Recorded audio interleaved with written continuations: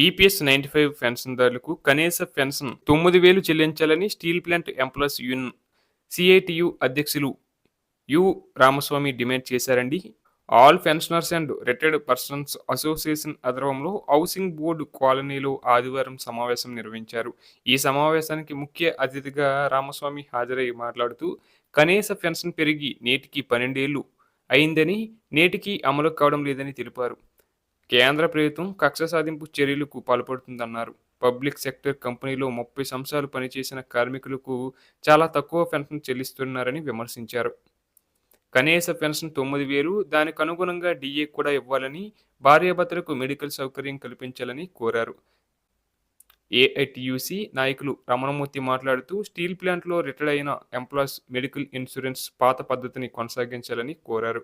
Association జిల్లా కార్యదర్శి శ్రీను మాట్లాడుతూ త్వరలోనే రాష్ట్ర మహాసభలు జరగనున్నట్లు తెలిపారు.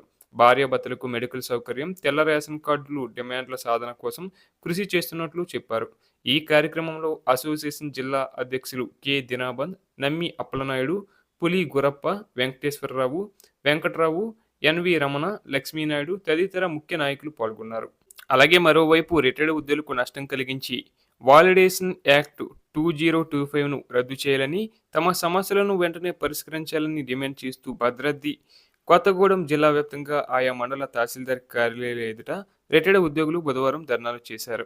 మండల కేంద్రంలో జరిగిన ధర్నాలో తెలంగాణ రిటైర్డ్ ఉద్యోగుల సంఘం చండ్రుకొండ అధ్యక్షుడు కల్లూరి సుధాకర్రావు మాట్లాడుతూ కేంద్ర ప్రభుత్వం అడ్డదారిలో తీసుకొచ్చిన వాలిడేషన్ చట్టాన్ని రద్దు చేయాలని కోరారు. స్పెషల్ టీచర్లకు నోషనల్ ఇంక్రిమెంట్లు ఇవ్వాలన్నారు. కేంద్రం పెన్షన్దారుల హక్కులను కాలరాయాలని చూడటం దుర్మార్గమని, పెన్షన్దారుల హక్కులకు భంగం కలిగేలా తీసుకొచ్చిన నూతన చట్టాన్ని రద్దు చేయాలన్నారు. తమ సమస్యను పరిష్కరించే వరకు దశలవారీగా ఆందోళన చేస్తామని హెచ్చరించారు. తహసీల్దార్ సంధ్యారానికి డిమాండ్లతో కూడిన వినతి పత్రాన్ని అందజేశారు.